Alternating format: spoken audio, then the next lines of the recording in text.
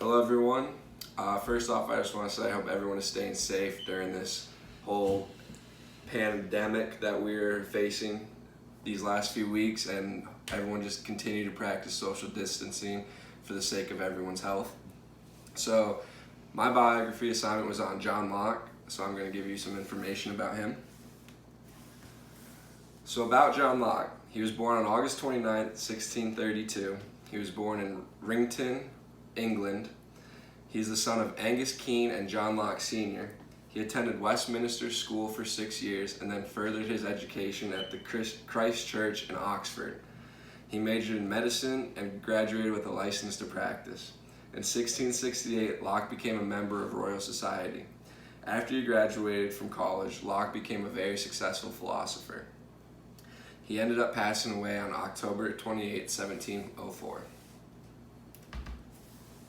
So some of Locke's theories. His main one was the Commonwealth learning, which empowers people through learning that leads to economic growth, social inclusion, and environmental conservation. This whole theory was based upon intellectual property, which is a work or invention that is the result of creativity, such as a manuscript or design to which one can patent. So this is someone creating their own idea and being able to say it was their own idea and everyone able to bounce other ideas and theories off of it to make it the best possible. Educational ideas that he had were about accountability and open access. This refers to students learning information to help them on their own instead of sitting through a lecture or reading a textbook. In an article written by John Wileninski, a Stanford graduate, it states, "What has become clear to me through this work of open access to research is how students gain an entirely inadequate view of intellectual property in the course of their work." So some of Locke's other theories. Locke believed that parents play the biggest role involving their child's education. He believed children learn best when they are faced with different life situations.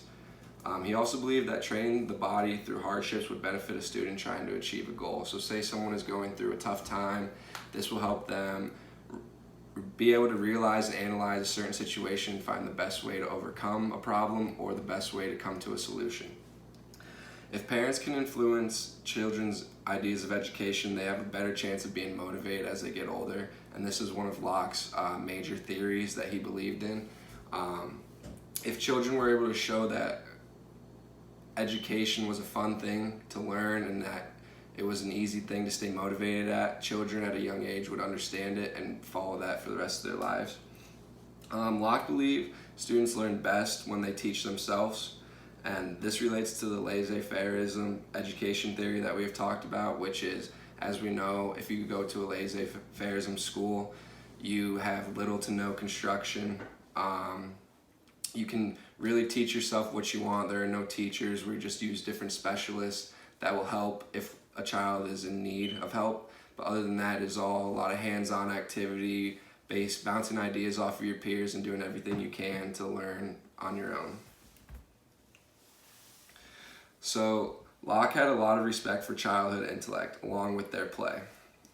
In an article written by Gregory Bynum, it states, "Being satisfied that they can act freely in education as they do in other things." So like I said before, this comes back to, say kids go outside and play in the yard all day.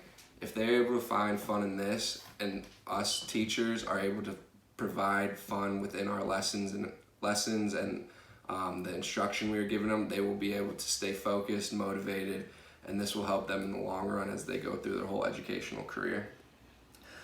Children at a young age understand more than we think. So say we are giving children bad ideas from the beginning of their life about education and not being motivated, this could affect them in the long run, and as they continue to go through school, they may feel that education isn't as important as they think it is, and that education isn't really needed to succeed in life.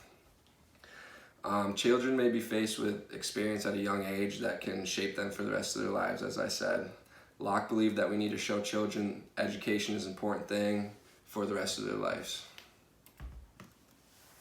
Some critiques. Locke had when he was publishing these ideas and theories.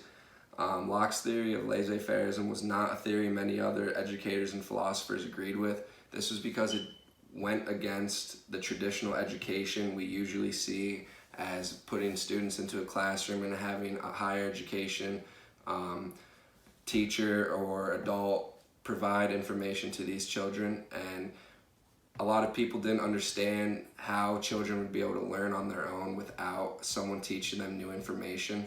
But this was why Locke stuck to his theory so much, because he knew and he felt that a child's mind was able to be expanded and their knowledge was able to be expanded if they were able to stay motivated and teach themselves through different lessons and different ways.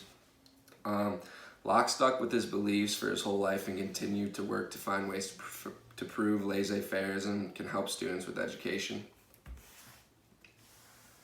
Some educational writings, Locke had a lot of different philosophies and ideas. He helped contribute to a lot of different things, such as his most famous one is called The Essay. He played a part in the Declaration of Independence. He played a part in a lot of different philosophies that are still used to this day. John Locke's educational writings gave me a lot of insight on his beliefs. Locke believes that people can create wealth and opportunity through education along with life experiences. Locke also believes that the knowledge that comes naturally to someone could be greater than any knowledge obtained during educational instruction. So as we look back many years ago, before education was really brought into place and something that everyone had to partake in, many people have created some of the most amazing objects, some of the most amazing ideas without an education. They just have their natural knowledge that has helped them produce these different things, and that has helped them with ideas and philosophies that today we still use. As humans, we need to use the natural knowledge we pose and just realize how many amazing things can be created through this. We don't always need someone instructing us. If we are able to self-motivate ourselves to come to a conclusion of how we want to learn and what we need to learn, and Locke believed that all came at a young age, and if we are able to put that into children's heads, we can make them very successful from a young age. And these are my citations. And I just want to say thank you all for listening. I hope everyone's staying safe during this quarantine, and we'll be back stronger than ever next year. Thank you.